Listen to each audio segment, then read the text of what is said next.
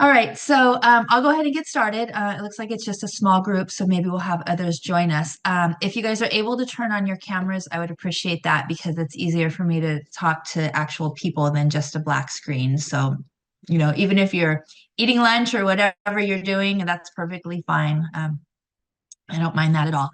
As we go through this, I'm going to be sharing my screen. And when I share my screen, I only have limited viewing of you guys. And so if you have a question as we go through, just unmute yourself and ask me the question. That way I don't, I don't miss any questions from you guys. And I will not be monitoring the chat box, just so you know. So whatever you put in the chat box, I will not see. Okay, so I know we've had a couple other people join us. So again, if you guys are able, if you're able to turn on your cameras, that would be great.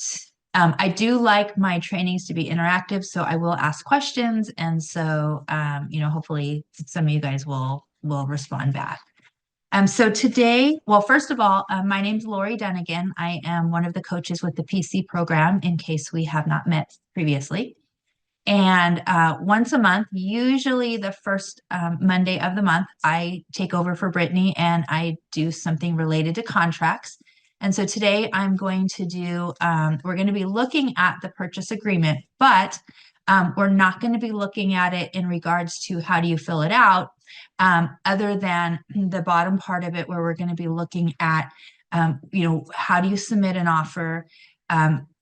As the buyer's agent, how do you submit an offer? As the seller agent, how do you receive the offer? And how do you, if you want to do a counter offer, how do you do a counter offer or a multiple counter offer? What the difference is between those two items. And then we're also going to go over the modification of terms form at the very end. So have you guys submitted offers and received offers yet? Or is this all going to be kind of new for you guys? Where are you guys at with that? You guys can put that in the chat if you want. I can see the chat right now. Or unmute yourself.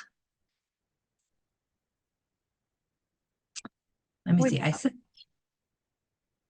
okay, let's see. Give me just a second. I said I could see the chat and now I can't find the chat. So let me just find that really quick. Okay, so Graciela, it's all new. Okay, so that's cool. What about the rest of you guys? Is this new? Is this stuff you've seen before? Lisa, I know you unmuted yourself, but I didn't catch your response. No, it's stuff I've seen before. I've submitted and done multiple counters. So I've done a lot of this, but haven't done it in a minute and everything's changing. So Absolutely. All right, cool. Well, since you've done this before, if you catch me say anything incorrect, just let me know. Oh yeah, sure. Okay. No, but you know what? The more knowledge, I'm sure you're going to say something I've never heard before. Yeah. Okay, so let's go. And to that, Lisa, I teach contracts classes, and my broker still does a weekly contract class, and I've attended that more times than I can count because every time I attend it, I learn something new, and I still try to attend it when I can. So it's good to know and then hear experiences of different people in different different agents in different situations. So I'm gonna go ahead and I'm gonna clear my throat, drink a thing of water really quick, and then I'm gonna share my screen. So give me just a second. So Lori, no matter how much you know, every single transaction is different, right? You are only going to learn every single, none of them, there's never two that are the same. So you learn every time you do a transaction, right? Absolutely. You learn every time you do a transaction. And then that's how I feel when I go to the contracts class, because I'm drawing on the experience of my broker or whoever's teaching the class, and I'm learning from their experiences as well. So definitely. Yeah, we all learn from each other. Yeah. And learning is, in this career, we always want to be learning based. So, okay. So again, I'm not going to go over the purchase agreement, but I'm going to go over a couple of things in it. So first of all, the actual residential purchase agreement is 16 pages.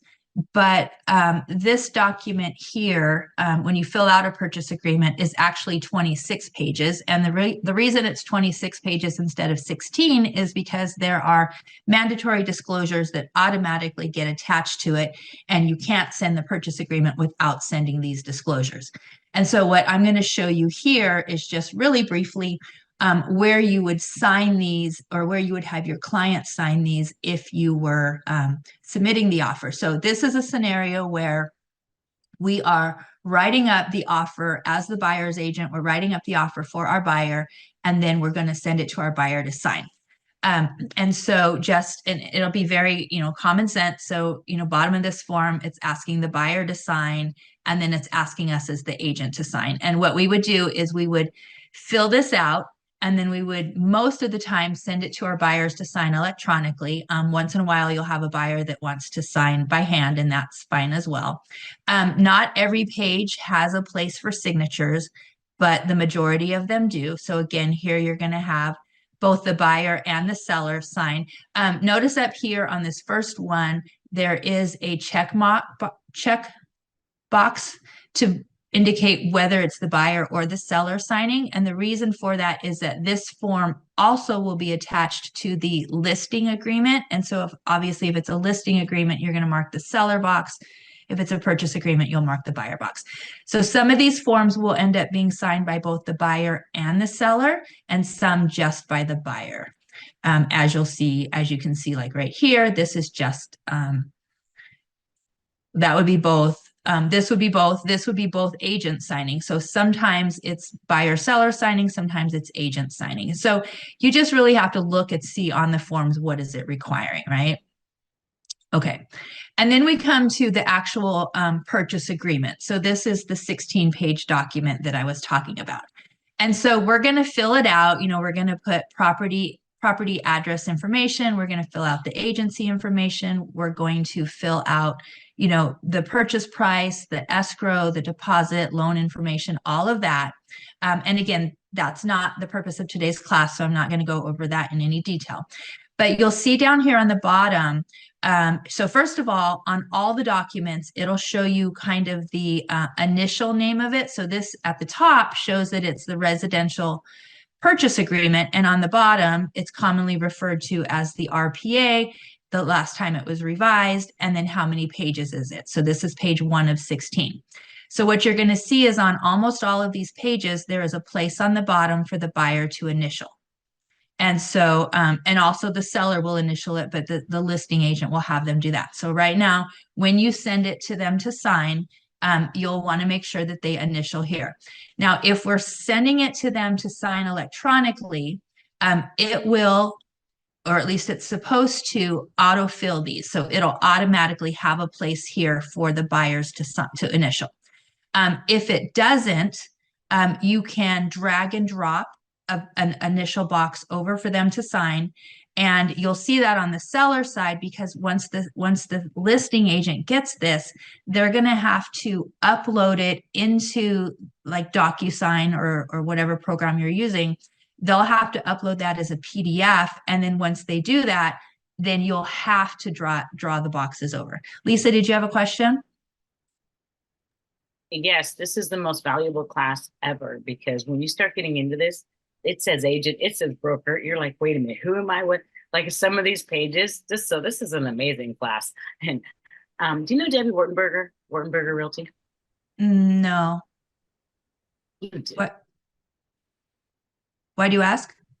Anyways, when I was first, like, I had 7,000 papers around me, and I was like, what? Like my first transaction. And she's all, Lisa, just sign where it says buy. I'm like, huh?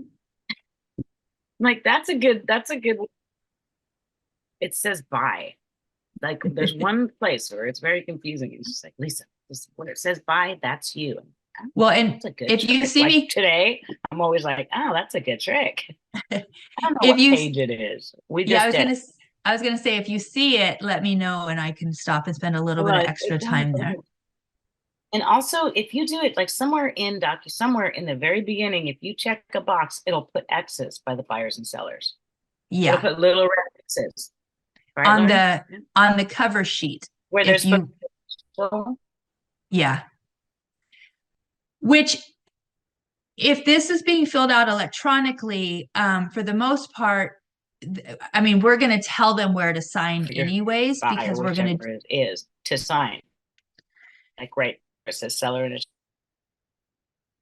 yeah, Lisa, I think that we're having a little bit, you're cutting out a little bit, and there's a little bit of a delay. Okay. Yeah, there you were cutting out a little bit and there was a little bit of delay. So I did not mean to over speak you or to talk over you. Oh, I think we just lost her completely. Okay, well, hopefully she'll sign. Oh, there you are, Lisa. Okay, you just moved on my screen. Okay, and you're muted again if you're talking. Okay, so let me go ahead here. Okay, so on the bottom of almost all the pages, you'll see there's a buyer initial spot. And so you'll have your buyer's initial there. I'll say it also. As you go through, you'll place also says buy and it's agent, da da da. You'll see Yeah. that one. Okay. You'll be like, oh yeah, that's what she's talking about. Okay. Okay. Okay, so I'm just going through this. So page 2, buyer initial, seller initial, page 3, same thing. And they're all going to be like that until we get to page 14. So I'm just going to scroll up to page 14 here. And on page 14, there's a couple of extra initial boxes right here.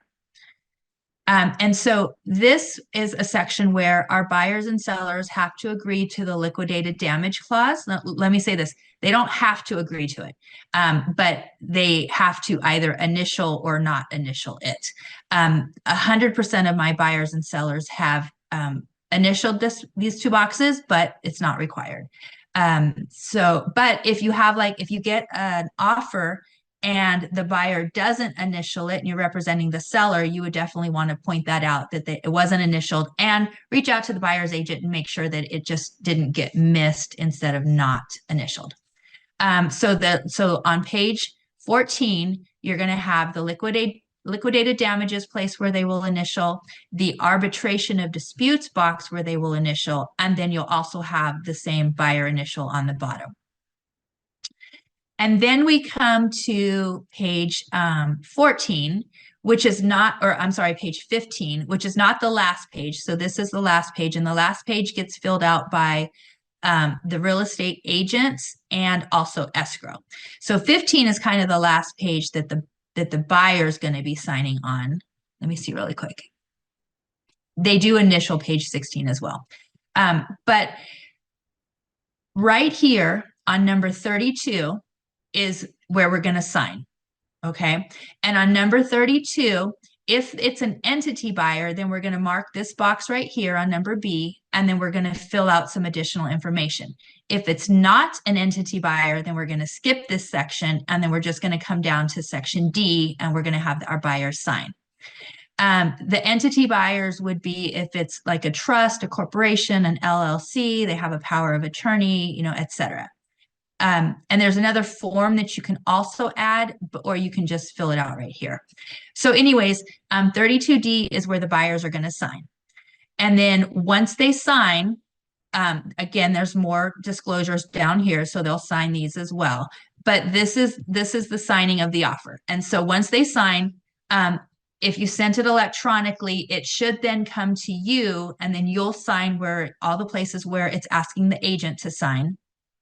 And then see right there where there's a lot of, yes. See where there's so many different places for everybody to sign.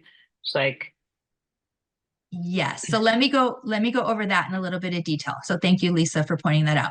So anywhere it says like brokerage firm, that's going to be our broker. So that's going to be Keller Williams, Tulare County, or whatever it is. And then we're going to have their license number here. And then by, as the agent, we're signing on their behalf, right? Because we're not going to take it to the office and have them sign it. So this is where you would sign and put your license number and then date it. If there was more than one agent representing the buyer, then that's where the second agent would sign here. But if it's just one agent representing the buyer, then we would just have one here. We do have a box down here that gives us two options. One is if more than one agent from the same firm represents the buyer, then we can have the additional agent acknowledgement form attached. Or if it's from more than one brokerage, then we would have this form. Usually that's not the case. Never seen that before. Here's the first learn. Yep. Yep. Okay. And then of course you'll mark where you want the designated electronic delivery address to be. I usually check my email, some mark email and text, whatever. So once you get this signed by the buyer, then like I said, it'll come back to you. You'll sign in all the places that you as an agent is supposed to sign. And then we'll get ready to send it, actually submit the offer. But let me ask you this point. Does anyone have questions? And again, I can't see you all. So if you do, just unmute yourself and let me know really quick. Okay. Pretty straightforward. Okay, so then what you would do, like I said, is you would get this. It would show up after it's signed electronically. You'll get two options. One is you'll get an email that says that the signing is complete and you can download the document straight from that email, or you can go back into Zip Forms and you can download it from there. So whichever way you do it, you want to download it as a PDF, and then you're going to submit it to the listing agent, and you're going to submit it along with, you'll submit it along with the proof of funds and any other documents that need to be submitted. And then in the email, you always want to summarize the offer, like, here, see attached an offer from my client. We're offering X amount of dollars, 30-day close, all cash offer, 7-day, whatever, and kind of highlight the main points of your client's offer. I always like to put something in the email if I haven't worked with the agent, just kind of explaining who I am and how I'm super responsive and whatnot, so that it kind of gives them a little sense of who I am as well. Was somebody going to say something? Yeah, no, I was gonna ask on that last sheet, you didn't cover if dual agency, if it was from the same brokerage or anything on that. Yeah, on the last paper or just in general? Well, I mean, on the last paper where you mark or what you have to mark, because like I was doing a transaction with it and it was this another agent and they were in the same brokerage, so we had to make sure that we marked the right thing as far as dual agency. Okay, so dual agency doesn't happen on this page. What does it say? More than one agent? So more than one agent from the same firm represents buyer. Yeah. That would just mean if, so that's not dual agency. That would just be two agents representing the same buyer. Dual agency would be if the agent was representing the buyer and the seller. Oh, yeah, okay. Well, I mean, isn't it still considered, well, okay. Yeah, okay, so Yeah, there's a segment. So what's the difference if it's two agents from the same brokerage? So that would be that. So I've done transactions that way for like whatever reason. Myself and another agent have both represented the client, and so when it comes to signing paperwork and whatnot, like we're both signing the paperwork as the agent. And the reason you need the additional agent, no, not the additional agent acknowledgement. You just check that one box right there that says more than one agent from the same firm represents buyer. Oh, no. Yeah. Yeah. So dual agency comes all the way back up here on the first page of the purchase agreement. Right here, this is where we're going to disclose if it's a dual agent. And Okay. this would be basically if your broker's license number is the same as their broker's license number, then that's dual agency. Right. So agency is determined on the broker level. And so even if it's two Keller Williams agents, but they work for different brokers, the brokers would have different DRE numbers, then that would not be dual agency. But if they have the same DRE number, then it is dual agency. Yeah, so that's nothing too, because like, so the agent was even from like San Clemente office, but it was the same broker. He has two offices. Yeah, yeah. So then that would be, yeah. But that's how you tell is by the The broker's broker's DRE number. Got it. Yep. And so dual agency doesn't mean like you might not know the other agent at all, never met, never talked to the other agent, but you're still a dual agent because you're at the broker level. You guys are the same. Got Make it. sense? Yep. Thank you. Okay. Any other questions? Okay, then what I want to do here is I'm going to assume that the buyer and the buyer's agent signed all of this. So I'm going to download this really quick.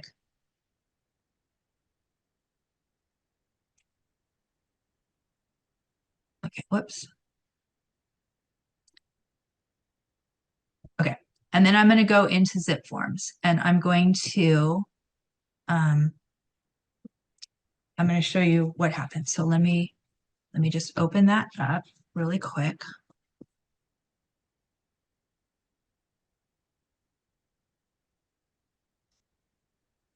Here we go. Okay. Let me share my screen again. Okay. Can you? Lori, Yes. when the document is sent to you for review to be revised, or reviewed, Mm-hmm. we sent. I sent a PDF. Mm-hmm. Oh, okay. Yeah, yeah. If you're sending it to the coaches to review, send it as PDF as well. Okay. Okay, so so if I'm the listing agent, then I just got an offer in my email. And so what I'm going to do, and if you have transaction coordinators, they can help you with a lot of this. So sometimes you can just email it to the transaction coordinator and they'll take care of this for you. But we're still just going to kind of go over what the process is. So if I'm the listing agent, I just got an email and I got an offer in my email, right? So what I'm going to do is I'm going to download it as a PDF. Well, it would be sent to me as a PDF. So I'm going to then upload it into my zip forms or DocuSign. I'm using zip forms here. So I'm going to come to my documents here. And okay. This is kind of weird. Just a second, because this doesn't seem to be working right. Okay. There should be other documents in here. Okay, there they are. Okay. So what I'm going to do then is I'm going to add it here. So I'm going to add document. And I am going to browse for a document because I'm going to find it from my computer. And I have it right here. Oops. It did not, let me see. It did not upload. It did not download. Where's it at?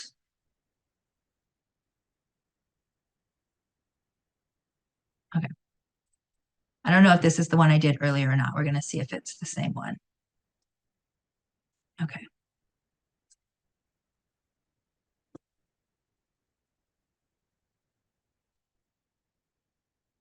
Okay. Sometimes when I'm sharing my screen and I go from one part to another part, the share screen doesn't follow with me. So you guys just let me know if that happens to be the case here. But here's the RPA for contracts class. I'm going to go ahead and open that up. I'm hoping it's the right one.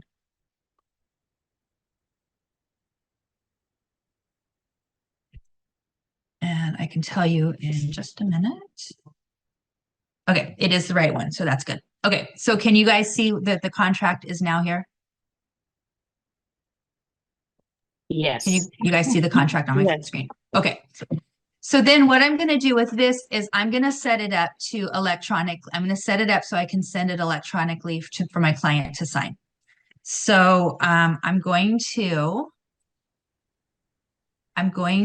do an e-sign. I'm going to create an e-sign document. I'll go ahead and do it in DocuSign. There's a couple choices on how you want to do it. And then I'm going to select the documents that I want them to sign. And so that's this RPA here. I'm going to name it. So I usually will name it something because you're going to end up getting a lot of Lori, huh? there it is. There it is. Show signature key icons. If you check that box, then X's will show up on the contract where they're supposed to for the client to sign. Okay. So let me just say that I just learned something new. I've never checked that box to see what happens. So that's interesting. Okay, so it's both 1 for 1. Yeah, and and we'll see if it does it for a PDF. It might not do it for a PDF because it doesn't recognize what the PDF is. Okay, so then I'm going to hit next, and then it's going to say who is going to be signing this. Okay, so I'm just doing this as a sample to show you, but I'm having my seller sign it. So seller 1, I'm going to select. We'll go Donald Duck. And there's Donald Duck's email. I know I got Donald Duck as a buyer, but that's fine as well. Okay, so then once I got that, and if I had 2 sellers, I would put 2 sellers and I would put myself as the agent. In fact, let me show you that. I'm going to put myself as the agent too.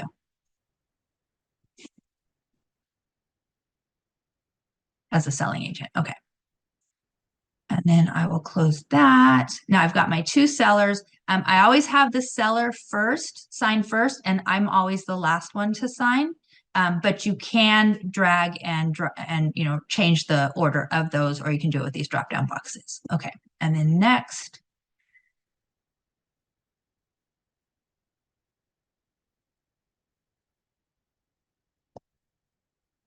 It's going to open up the document. So can you guys see the document still on my screen?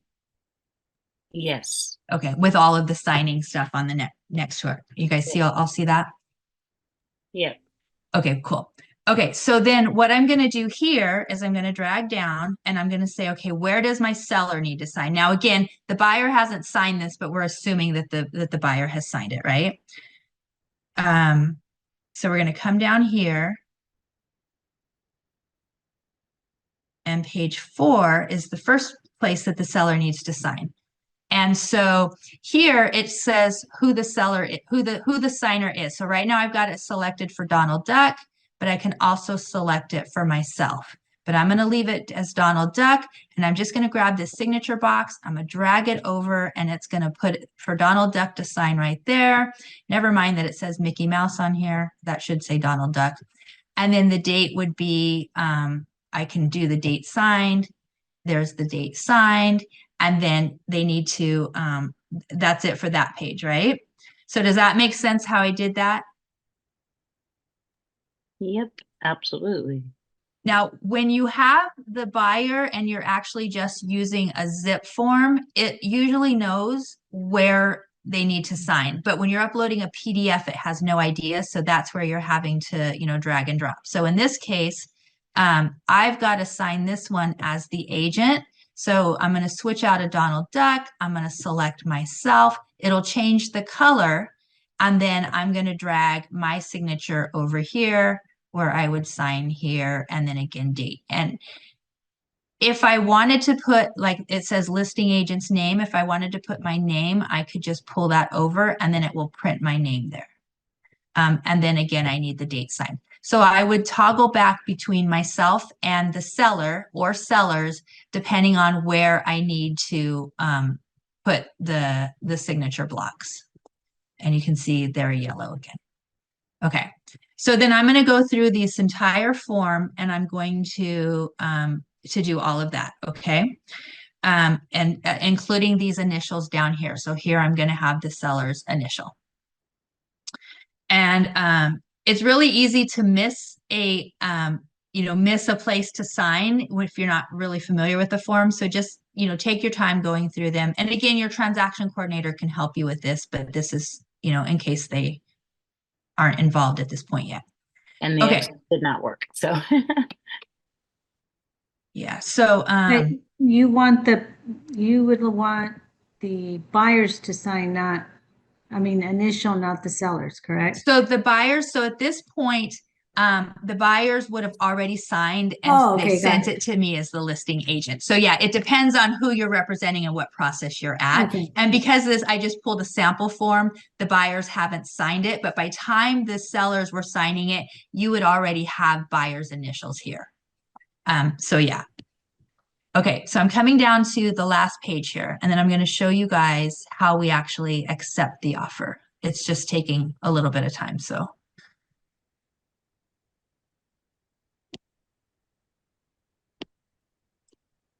The other thing is you want to make sure on any of these forms, like up here where it says property address or date, most of them will automatically put the date there, but if it's missing, go ahead and add the date because your transaction coordinator will have to add it after the fact if they haven't,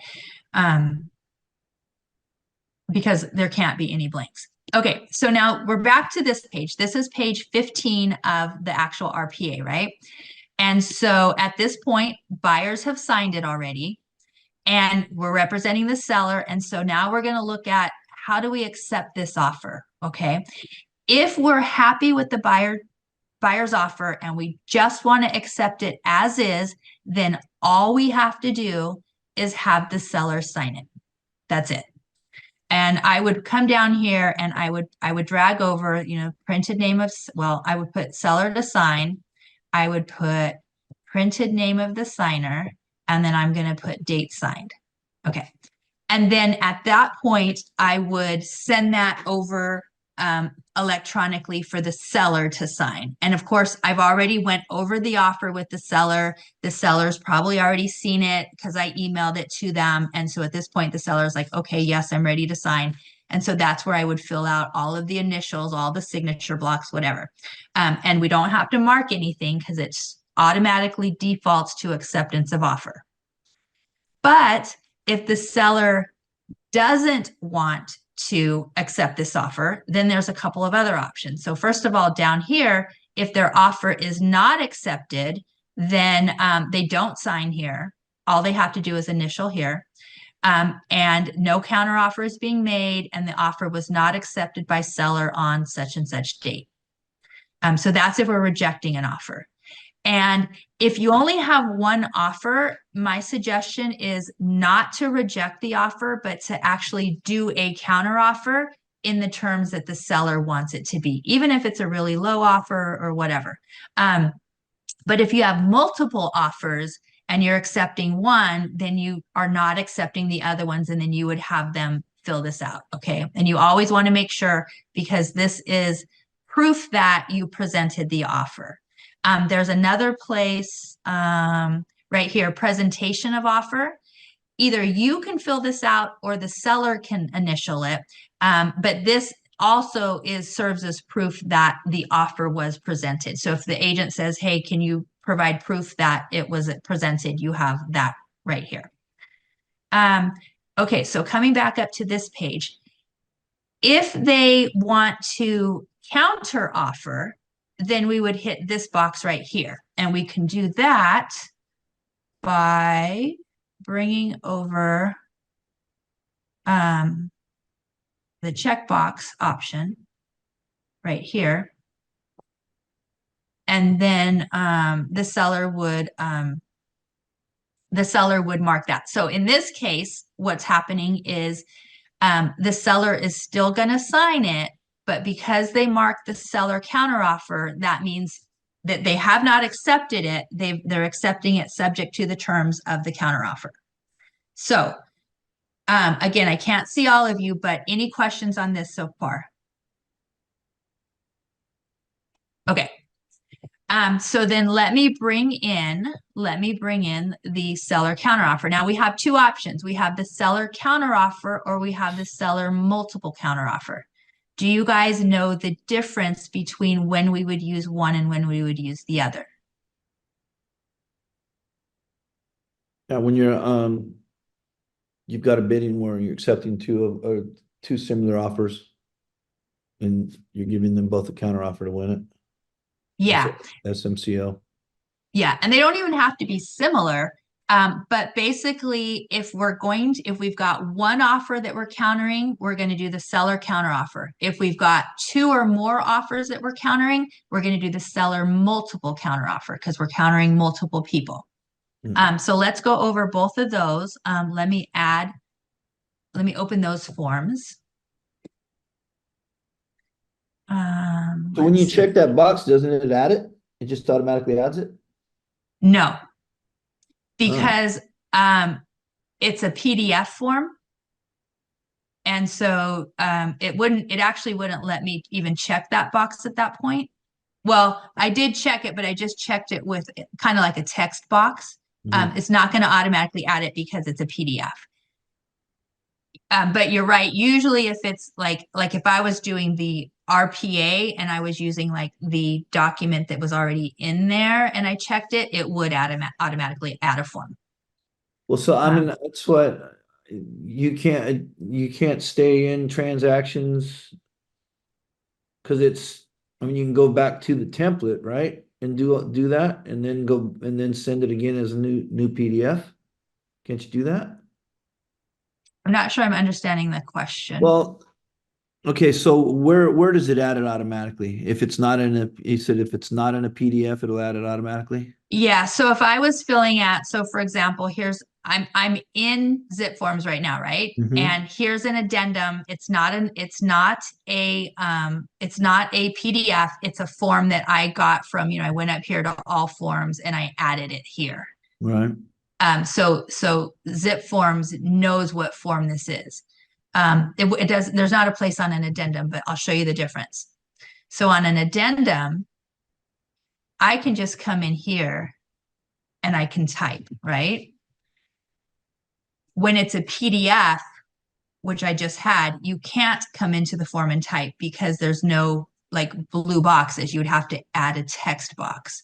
Right. So when it's like this, Zip Forms recognizes the form and it knows if I select the box, it will automatically add a form. But if it's a PDF, Zip Forms doesn't know what form it is. It just knows that it's a document. I'm not sure if I said that clear or not, but. Yeah, well, so you got to go in there and you got to do the editing and all that. And then you can, I mean, it's in the file. Right. Yeah, there. I can add it. File. Yeah, I could add it to, You can just send it out as a new PDF, all done, right? Yeah, to the seller, you mean? Yeah.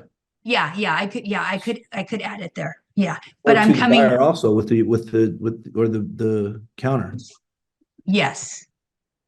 From that e-sign part, right? Yes. Yes, I could do that. But I'm just coming back over here to show you guys the other forms. Because I'm not actually sending it out, so it doesn't matter. Here's something so if I'm adding a form, I'm going to come up here to all forms and I can search for it. So I'm doing seller counter offer.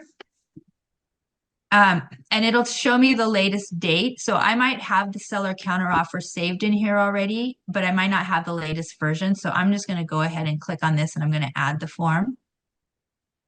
And then since I'm here, I'm going to add, I typed in that full name, but I also know the initials. So I can just type in the initials of the form and it'll bring it up for me also.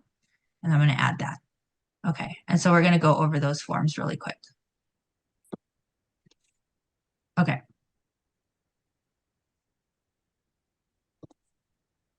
So seller counteroffer right here. Make sure you guys can see. Do you guys see the seller counteroffer on my screen? Yes. Okay, thank you. So if this is seller counteroffer number 1, I'm going to put in number 1. I'm going to type in a 1 here. This could be seller counteroffer. So if I create the seller counteroffer, that's number 1. If the buyer sends me a buyer counteroffer, then I want to respond with another seller counteroffer, then that would be seller counteroffer number 2. So this can go back, multiple times. So just because it's 2 or 3, it doesn't mean it's to 2 or 3 different buyers. It's the same transaction, but just we've counteroffered back and forth. And you don't want to get too many counteroffers. So there's a point where you just want to pick up the phone and talk to the other agent and kind of verbally come to terms, but none of that counts unless it's actually in writing here. Okay. So seller counteroffer, today's date, April 8th. Okay, so this is a counteroffer to either the purchase agreement or the buyer counteroffer. Now, in this example, it's a counteroffer to the purchase agreement because remember, we just received an offer from the buyer and we decided we want to counter it.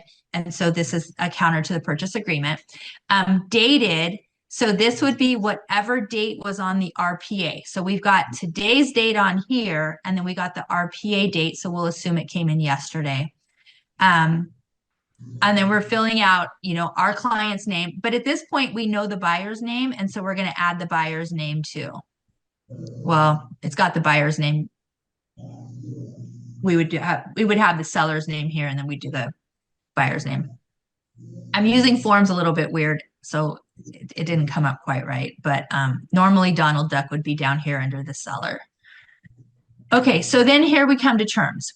So what? Yes, Cindy. Okay, just a clarification for everybody. So on the date where you both parties signed the purchase agreement, what date do you go by? The date the seller signed it or the date the RPA was dated? So when you fill out the RPA on the first page, so page 1 of 16, there's a date up there. So it doesn't have anything to do with when they signed it. It has, honestly, it's the date that you as the agent started filling out the RPA. So they might have signed it yesterday, but I filled it out 5 days ago. So it's that date from 5 days ago. Oh, it's not the date that the sellers agreed? Nope. Nope. Okay. It's just the date of the RPA. Okay. And I'll show you that, remind me, and I'll show you that where that's at. So Okay, thank you. So that day is just only a reference. It's just yes, it's only a reference. So for example, in this instance, this has 2 dates, right? It has April 8th and it has April 7th. So if we're filling out a different form, but we're referencing this one and it wants to know what date this form is dated, it's this April 8th. Even if they signed this on April 10th, this is the date we're referencing because it's the date that we dated the form, if that makes sense. It does. Thank you. Okay.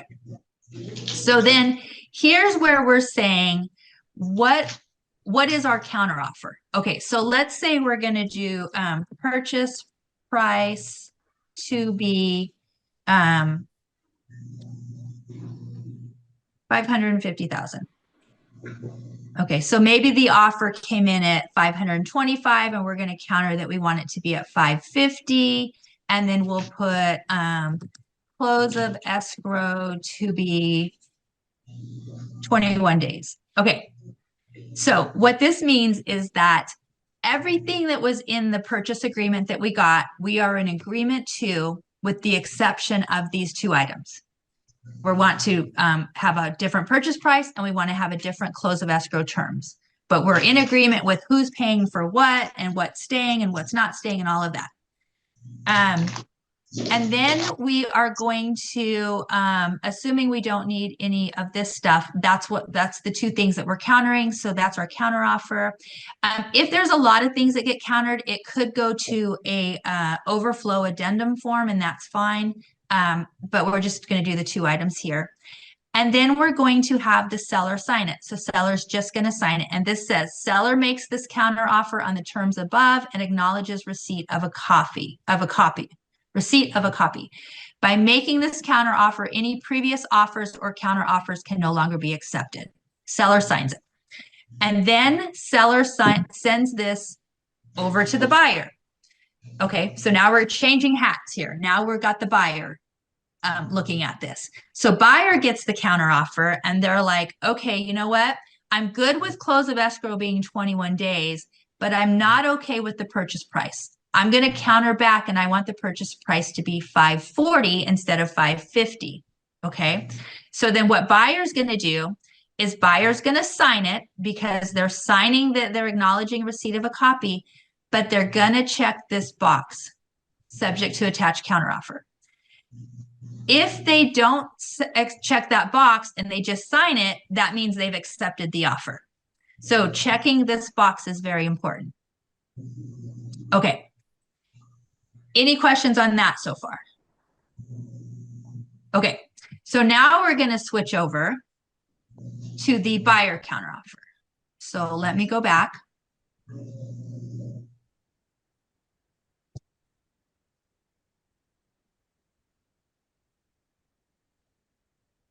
And I want to bring up the buyer counteroffer.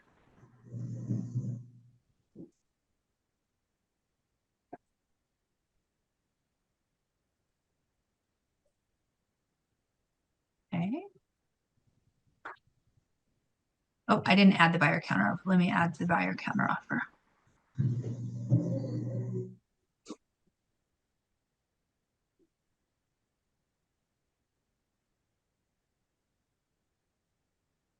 Do you record this class?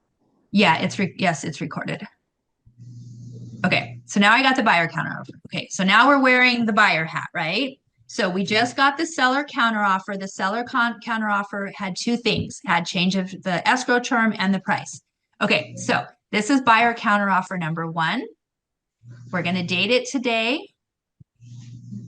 It's a counteroffer to the seller counteroffer number 1.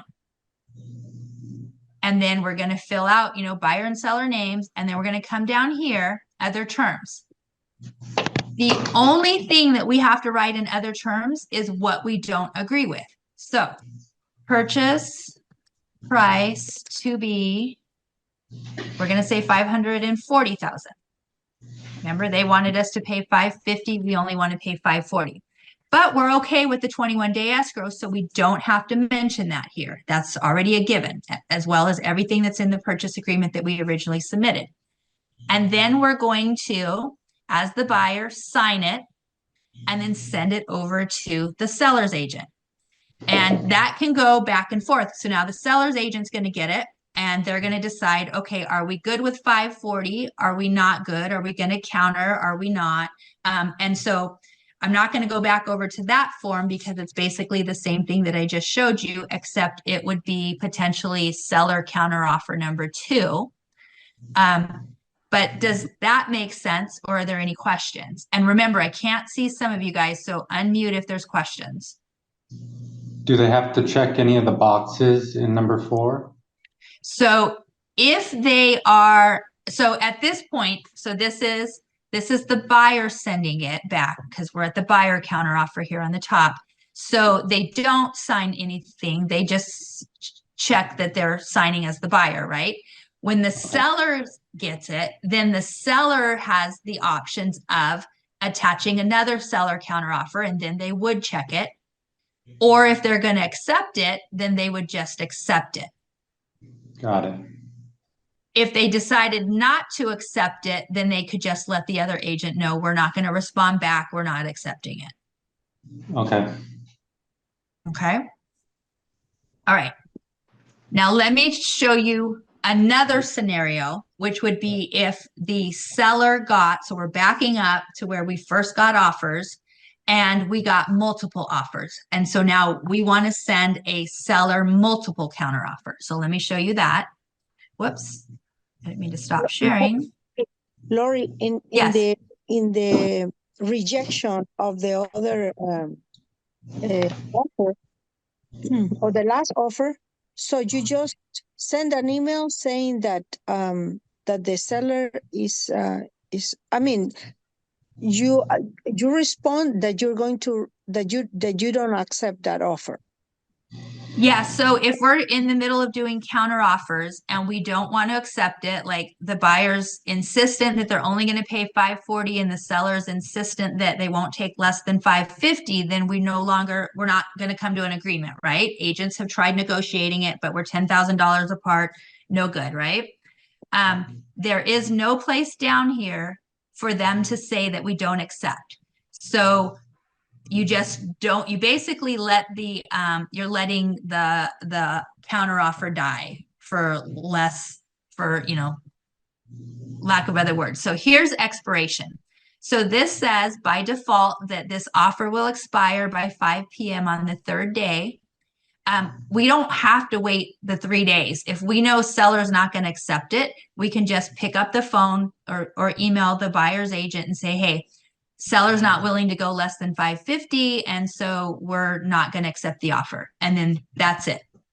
It's a, you know, it's a done deal unless buyer comes back and says, yes, we'll accept, we'll go higher. So yeah, so it's basically in this scenario, not signing it is denying it. Okay. So then now let me go back here.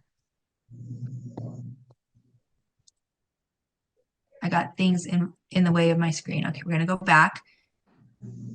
Don't want to save it. And we're going to go to the seller multiple counteroffer. Okay. So that's down here, seller multiple counteroffer. So again, this is where we have received more than one offer and we're going to respond back to two of them. So we might have received only 2, we might have received 10, but we're deciding that we're only going to respond back to like however many. It doesn't matter how many. But you only use the seller multiple counteroffer if you are responding back to more than one. So this is pretty much the same. We've got today's, so first of all, seller multiple counteroffer number 1. We've got today's date. It's going to be a counter to the purchase agreement, which was dated. And so if we're responding back to 2 different offers, we're filling this form out twice. And so the purchase agreement for one buyer the date might be different than it was for the other buyer. So we might have, you know, different dates on this form. And then of course, we're going to have different, buyer names on this form, right? And so it's the same thing. Whatever we're going to counter back, we're going to type here. And so that would be, again, the purchase price. I'm not going to type it all out, but purchase price to be $550,000 and 21-day close of escrow, right? Now, let me ask you guys this question. If I'm responding back to 2 different buyers with this counteroffer, do my terms have to be the same? Any guesses? No. Correct. They do not have to be the same. They can be whatever I want them to be. Okay, so I've got my terms typed in here for my counteroffer. And then I'm going to come down here. And again, as a seller, I'm going to send it to the buyer's agent. And it's going to expire in like however many days. Now, if you get a seller multiple counteroffer, you want to make sure that you are on top of that and watching, you know, what that expiration date is, because you're in competition with at least one other buyer at this point, right? Here's the difference between a multiple counteroffer and a regular counteroffer. If I send a counteroffer to the buyer, we're basically under contract when the buyer accepts it. Okay. But if I send a multiple counteroffer to a buyer and the buyer accepts it, we are not under contract because the seller then has to come over here. The seller has to accept it. So using a seller multiple counteroffer is one additional step. Does that make sense? So when the seller sends a multiple counteroffer, is because he didn't accept the first one. So the buyer is no longer in contract. Is that what you're saying? So a multiple counteroffer, the word multiple means more than one buyer. Like, so we're responding to at least 2 different offers. So if stepping back to the single counteroffer, the regular counteroffer, we can go back and forth 10 times on that. And then so we would have, you know, counteroffer 1, counteroffer 2, counteroffer 3.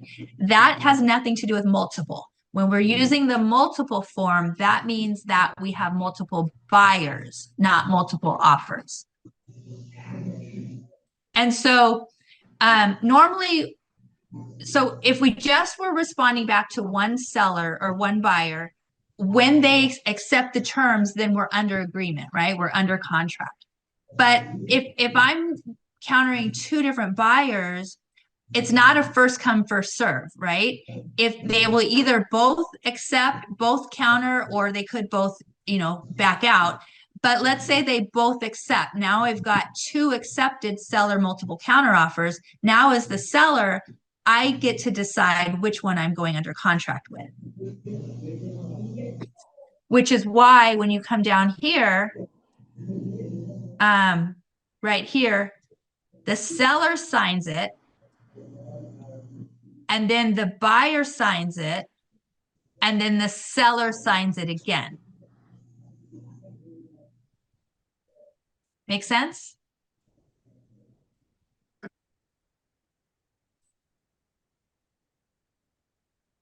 Okay. I'm assuming it makes sense because I'm not hearing otherwise. Okay, so that's the, yes, Cindy. Okay, so can you go down a little bit? Uh-huh. Yeah, so let me see, the seller signs, but it doesn't say that the seller signs there. Okay, right here on, okay. So it doesn't say seller signature here, which is weird because normally it does. Yeah, it's weird. Yeah, a little bit weird. I'll say that. So, but the seller's going to sign here. So seller makes the multiple counter offer on the terms above. Yes. So then seller signs it, right? Okay, yes, makes sense. Yeah. And then here, buyer says either we accept it. It's kind of weird. It goes to two different pages. It's the same as before. We're going to sign it. Either we accept it as is, or we're going to sign it, accept it subject to an attached counteroffer. And so if we do it as is, we're going to accept the seller's terms as the buyer. Now it goes back to the seller, and the seller has the choice. Seller either accepts it, or they accept it in a backup position, or they counter it. And so you might accept offer number one and put offer number two in backup position.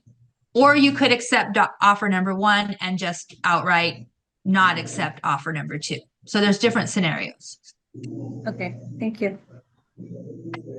Okay? Mhm. Okay. So then let me just, I said that we only have 2 minutes left. I did say that we would do the modification of terms form. So I'm going to share that with you guys. It's really quick. And if you need to leave right at 12:30, you're more than welcome to, but let me just, it'll only take a second to do.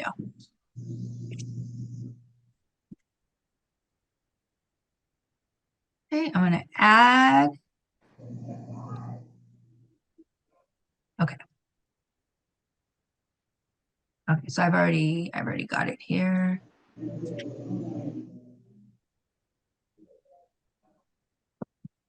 Okay, so the modification of terms form is used to modify a contract between the broker and the principal. So that could be the broker and the buyer, or the broker and the seller. It's not a form to modify the agreement, like if we're under contract between buyer and seller. This does not go between buyer and seller. It goes between broker and buyer, or broker and seller. And so here we would, and for buyer, it would just be if it was like a buyer representation agreement, and for a seller, it would be the listing agreement. So for in this example, we're going to modify the listing agreement. We're going to put the seller's name here. We're going to put the address, and then what are we modifying? So if we're modifying the price, so maybe we got a price improvement, then we're just going to come in here and we're going to type the new price. And it just says that the listing price is changed to X amount of dollars.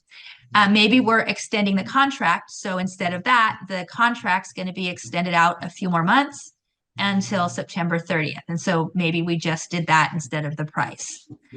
Or maybe it's something else that we need to type out, and then we could just type, the listing agreement is modified to like whatever it is. And then we just have the seller or the buyer sign it, and then we sign it. And so again, real estate broker firm is going to be Keller Williams, and then buy would be you as the agent. So that's the modification of terms. Any questions on that? No. This is when the listing price is, for example, reduced. Mm-hmm. You need that form to be signed in order to make the change on the CRMLS. Yes, you absolutely have to have this form signed before you make the change. So if they tell you verbally, that doesn't count. You have to have it in writing. Oh, okay. Yeah. So, okay, guys. Well, that is it. So I hope that you guys found that helpful. And I know that it's a lot, and sometimes you come to a class and you learn it, and it's not till you get it in it and actually start filling it out that it starts to make more sense. But hopefully, at least now it's not, when you start doing it, it's not the first time that you see it. For those of you that are in the PC program, we do record these, and the recording will go out in a few days. We also would have it on Jodi's YouTube channel. So you can find it there. Thank you. Very helpful. Yeah. Okay, guys. Thank you. You're Bye. welcome.